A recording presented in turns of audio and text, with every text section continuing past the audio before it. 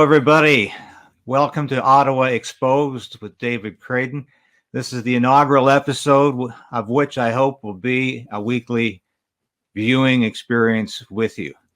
And this is the Western Standard, and I'm very happy to be the senior parliamentary columnist for the best media outlet out there. We're an independent media, and that's really what I want to start off with. Before I get into the columns I've been writing this week, I want to say that the Western Standard does not accept any government money. We're not subsidized, so we're free to speak about the government. But that doesn't mean I'm just going to tell you what the opposition's doing either, because I'm a journalist. And, you know, I've heard so much lately from other journalists who think you have to take sides. And that's never a good thing. We have to always be objective, or at least try to be. And we have to get our message out there in a way that tells the truth. And I just wrote a column in today about George Orwell, and he was somebody dedicated to the truth, even if it went against his own ideology. And I promise to always be upfront with you and to tell you what's really going on in Ottawa. And that's why we call the show Ottawa Exposed, because believe me, the National Press Corps doesn't like to expose Ottawa. They like to keep things calm and sedate. They don't like to rock the boat. And believe me, that's not why I'm in this business. I do like to rock the boat. I like to tell the truth. And I like people to know what's really going on in the House of Commons, the Senate, and what we call the Parliament of Canada together. So I'm going to start off with my first column of the week, which was Elon Musk. And what I think is the most important story, actually, that we have anywhere at any time. This story is groundbreaking in that it is absolutely, verifying that Twitter had not only a bias, but was working with the Democratic Party to steal the 2020 election, and that Twitter was working with the FBI, was working with the Justice Department, was targeting conservatives, and was ensuring that news that was detrimental to Democrats was not being seen, that conservatives were being shadow banned, conservatives were being canceled, and the Twitter bent over backwards to have Donald Trump canceled because they didn't like him. They wanted Donald Trump removed from that broadcast medium. And the other questions I think we need to ask is, how many intelligence officers are still working at Twitter? Because we know there were at least 15 intelligence officers working there. And I mean, this is absolutely shocking. Why does a social media outlet need intelligence officers unless they're up to something? Are they gathering information for the United States government or for foreign governments? And these are questions we still need to have answered. In addition to, did Joe Biden, as president, put pressure on Twitter to report the news that was favorable to him in a manner that was favorable to him? These are questions we have to have answers to, because this is a bigger story than Watergate. And you know, you look around, I don't see very many media outlets covering the story in the depth that it needs to be covered. We're covering this at the Western Standard. We've been covering it every day. Every time there's a dump of material to the independent journalists that Elon Musk is allowing to see this material, we're talking about it. In the United States, Fox News is covering this story. There's a scattering of other mainstream media, but largely it's being ignored because this is embarrassing to the mainstream media, just as embarrassing as it is to the Biden administration. And this story could bring down the Biden administration, because this is a earth-shaking story, and it's not being treated that way by the media who are afraid of it. And I'm going to continue to talk about this as these Twitter files continue to grow. And I applaud Elon Musk, because I don't think he really wanted a social media outlet. He's got enough to do with a car company and traveling in outer space, but he wanted to see what was going on behind closed doors in Twitter. And I think we're going to see a lot more interesting information come out. He's revealed it to be nothing but a left-wing woke propaganda unit. And that should scare everybody, not just conservatives, not just libertarians, but liberals who are supposed to believe, and they always said they believed, in free speech. And if free speech is being infringed upon and abridged by social media, that's something we need to stop.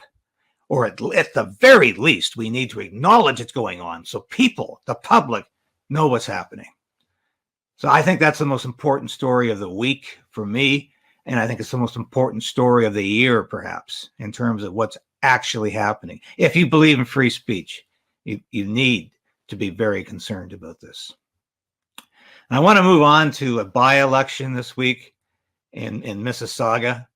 People say Mississauga, that's sort of like Toronto, isn't it? It's a suburb of Toronto. And I think the Conservatives could have done better. Instead of getting 37.5% of the vote, the seat was won by a Liberal with just over 51% of the vote in a 5-person race. So that's a fairly convincing win. And I think it's embarrassing that only 26% of the constituents there came out to vote. 26%. Now you expect by-elections to have fewer people. You expect the electorate's going to shrink in a by-election because there's not the momentum, there's not the news coverage, there's not the feeling that my vote's going to change the country. But where were the Conservatives in this? And I really have to ask that question. Why didn't the Conservatives push harder for an electoral win here? If they're so concerned about this next election going their way, why wasn't Pierre Poilievre on scene more often? And I think he was there, despite the reports that he wasn't. But they needed to fight for this seat if they really believed Justin Trudeau's days are ended. Because what did Justin Trudeau do as soon as the results were in, and as soon as it looked like a convincing win? He basically took credit and said Canadians are happy with his style of government. And of course, Canadians are not happy with his style of government. But when 26% of a riding comes out to vote and 50% of it votes Liberal, that doesn't look very good. The optics were terrible for the Conservative Party. And excuse me, they need to do a lot better than this. And if they can't do better than this, they have to worry about this next election, because as bad as Justin Trudeau is, and he is, I think, among the worst, if not the worst prime minister in Canadian history. Don't take it for granted that you're going to win by sitting on the sidelines and just criticizing. You've got to present a positive, conservative set of ideas and policies. And this is what the Republican Party just learned in the midterm elections just 5 weeks ago.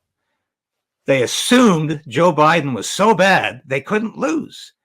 And thankfully, they did take the House, because there needs to be accountability in the Congress. But they barely took the House, and they should have taken it by a wide berth. And they failed to take the Senate, despite there being a president that is monumentally incompetent and, by all intents and purposes, appears to be suffering from dementia. So this should not have happened. The Republicans in the U.S. need to get their act together for the next presidential election and the next congressional elections 2 years from now. But this has got to be a warning for Canadian Conservatives that they cannot take an electoral victory for granted. Even if Justin Trudeau is still there and runs again, as bad as he's been, he's not necessarily going to lose, because we thought so last time. I would have predicted, and I did predict, he was going to lose the last federal election, because there was just so much accreting nonsense and bad policy and bad karma. you will, around him. But he won. And that brings me to the next column, which is both Canada and the US have been on a slippery slope for quite some time. But I would argue that we've gone so far down that slippery slope in terms of social anarchy that we are on the verge of, if not hitting rock bottom, for modern Western civilization.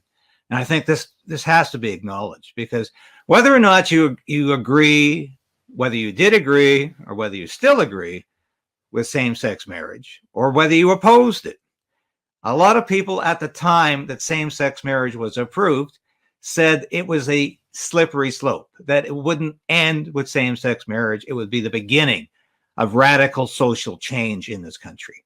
I said that at the time, 15 years ago. And I think I was right. And I think other people who said that are also very correct, because we haven't stopped there. We've continued. The whole transgender question of allowing children to change their gender and without even their parents' consent. This is a nightmare. This is hogwash. And allowing biological males to compete against women in sports. This is decimating and at the very least eroding women's rights.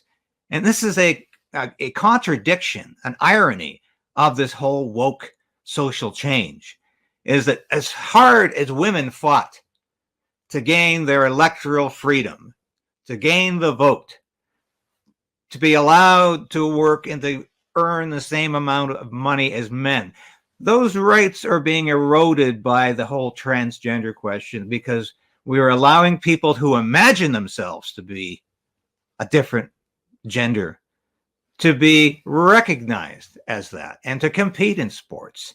And it's an unfair advantage, and anybody can tell you that.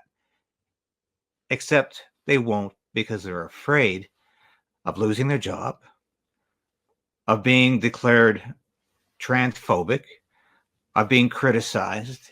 And it's not easy to stand up for truth, but that's exactly what we have to do in this country. And so the slippery slope is there. But what I really fear is happening is that all of this sudden obsession with having drag queens read stories to 10-year-olds, to elementary school students at libraries and at schools. Why are they doing this? Why are they sexualizing children? I mean, what is the purpose of this?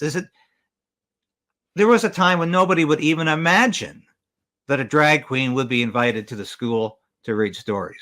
I mean, why a drag queen? Why not the local pastor or priest? Why a drag queen?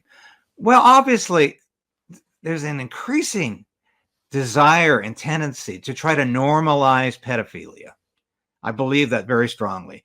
The woke social forces in this country for over a decade have been fighting for the recognition of pedophiles as being a sexual orientation, a normal sexual orientation.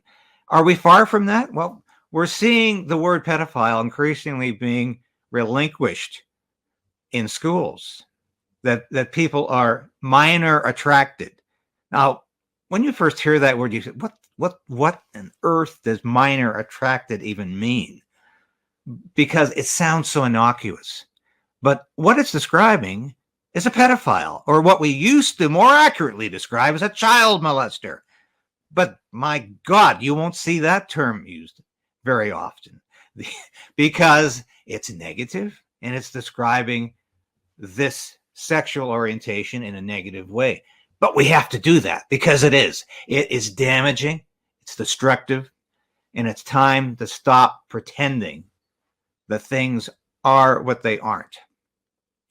And that is at the basis of this whole slippery slope. We are in such denial and delusion about the effects of this second sexual revolution that we're afraid to call out things as they are. And once again, that's something I like to hit in my columns. I like to call out things as they are. We all have our democratic rights. We all are imbued with liberty. We are all subject to the freedoms in this country of the Constitution and the Charter of Rights.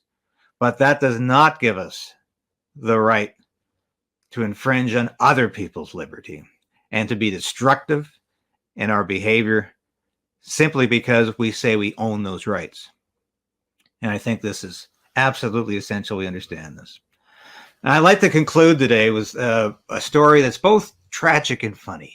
Because last night, Wednesday night, our Prime Minister Justin Trudeau spoke to the Liberal faithful at the annual Christmas dinner here in Ottawa. Now, if you've ever worked on the Hill, you know that every Christmas, every party has a Christmas dinner, usually on Parliament Hill. They sit in the various section. All the MPs are there. The staffers are there. The family.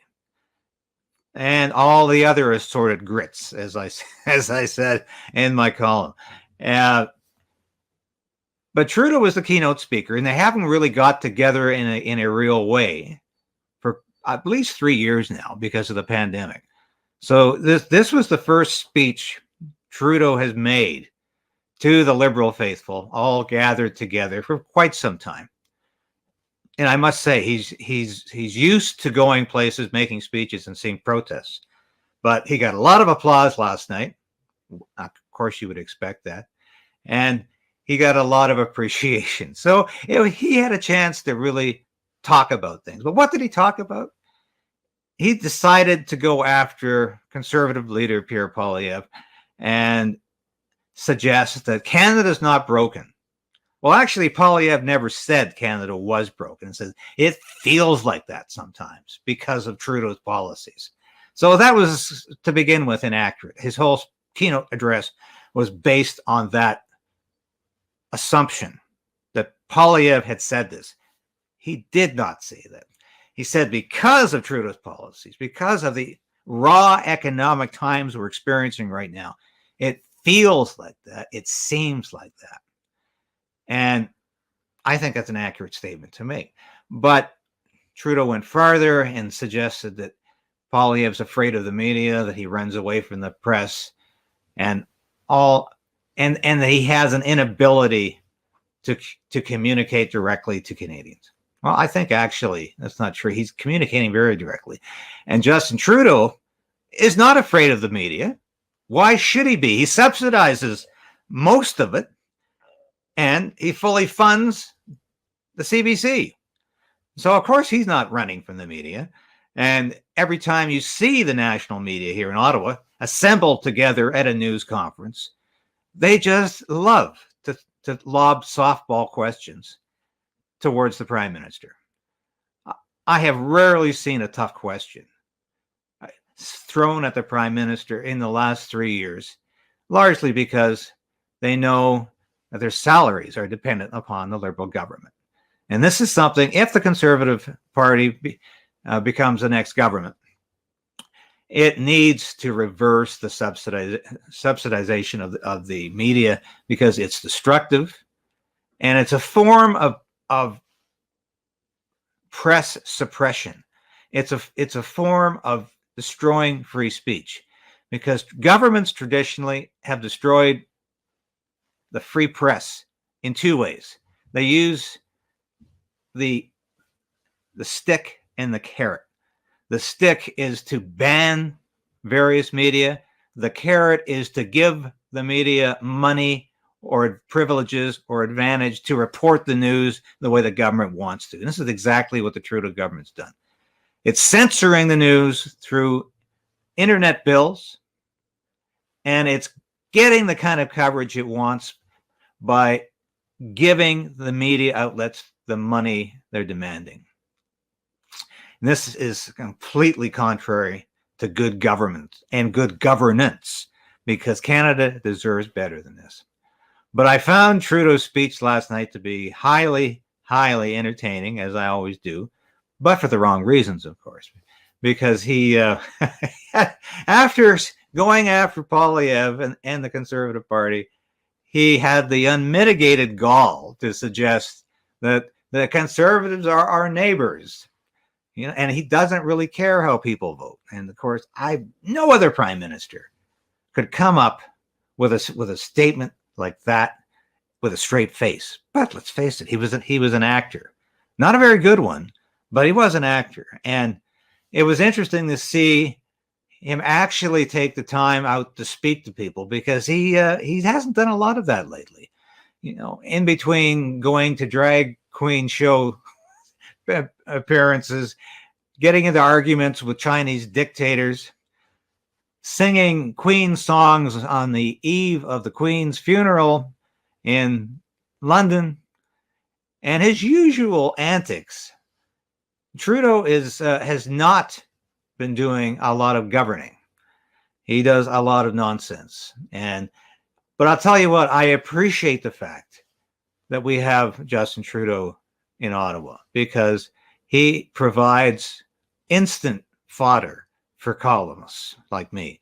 He's always doing something that is irresistible in terms of reporting and in terms of talking about. And I know he's not going to be. I know he's not going to be there after the next election.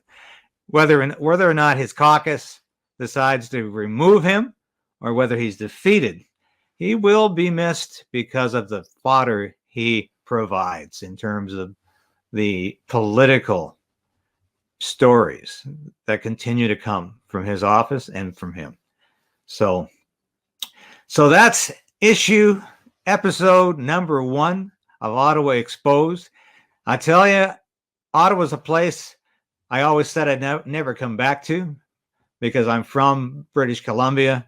I grew up in Comox in the Air Force, and I spent most of my career in the Air Force in Comox. And I always said I'm never coming back to Ottawa, but there's always a reason I do. And I never consider myself a part of the city or a part of the political culture. But I tell you this,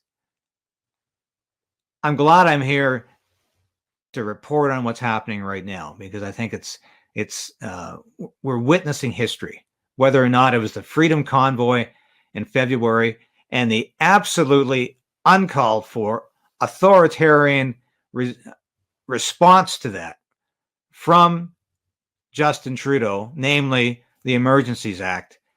I'm glad I was here to report all of that and to give you a perspective you're not going to see or hear from the mainstream media, which largely rejoiced over the smothering, the crushing of dissent in this country. And there has to be an opposition in the media now, because the media is largely in Justin Trudeau's pocket. And the Western Standard, and I, as a part of the Western Standard, am committed to ensuring that that doesn't happen. That we're going to have an opposition media that's going to call a spade. It's going to actually articulate truth. And I tell you, that is something I'm proud to do. And I'm proud to be associated with the Western Standard. And I'm very happy to be doing this show every week. And I want an audience. So tell your friends about it. Bring people on board here. And tell them that every Thursday at 2, I'm going to be talking about the issues that you want to hear about in a way that you want to hear them. And I think that's a calling right now that I'm very, very happy to fulfill. So for the first episode of Ottawa Exposed, I'm David Creighton. Have a great rest of the week and weekend, and we'll see you here next week. Here's an update on the current commodity prices around Lethbridge. Cash barley sideways at $4.40 per metric. Feed wheat is down $3 a ton to $4.45 per metric. And corn is down $5 a ton to $4.52 per metric ton. Moving to the milling wheat markets, March Minneapolis futures moved up 4.5 cents to $9.2150 per bushel, with local hard red spring bid for Jan-Feb movement at $11.65 per bushel delivered. Nearby canola futures are sideways to $865.50 per metric ton, with delivered values for January movement at $19.40 per bushel. Continuing to the pulse markets, nearby red lentil prices remain the same at 33 cents per pound, and yellow peas are trading at $12.75 per bushel. Taking a quick look at the cattle markets, February live cattle are off 72.5 cents to 155 per hundredweight. For more information and pricing and picked up on farm options, give me a call at 403-394-1711. I'm Mike Van Dyke at Marketplace Commodities, accurate real-time marketing information and pricing options. 1 minute left. This place is busy and can be stressful. For my mental health, I like to be social. And I try to pass it on. It makes us a good team in the kitchen and on the court. If I need more support, I call 211. Canadian Shooting Sports Association. Without the CSSA, our gun rights would have been taken long ago. These guys are on the front lines helping to draft smart and intelligent firearms regulations and legislation in Canada, and more importantly, educating the public about how we keep guns out of the hands of the wrong people. To become a member, it's absolutely worth every penny. You can become a Western Standard member for just $10 a month or $99 a year for unlimited access.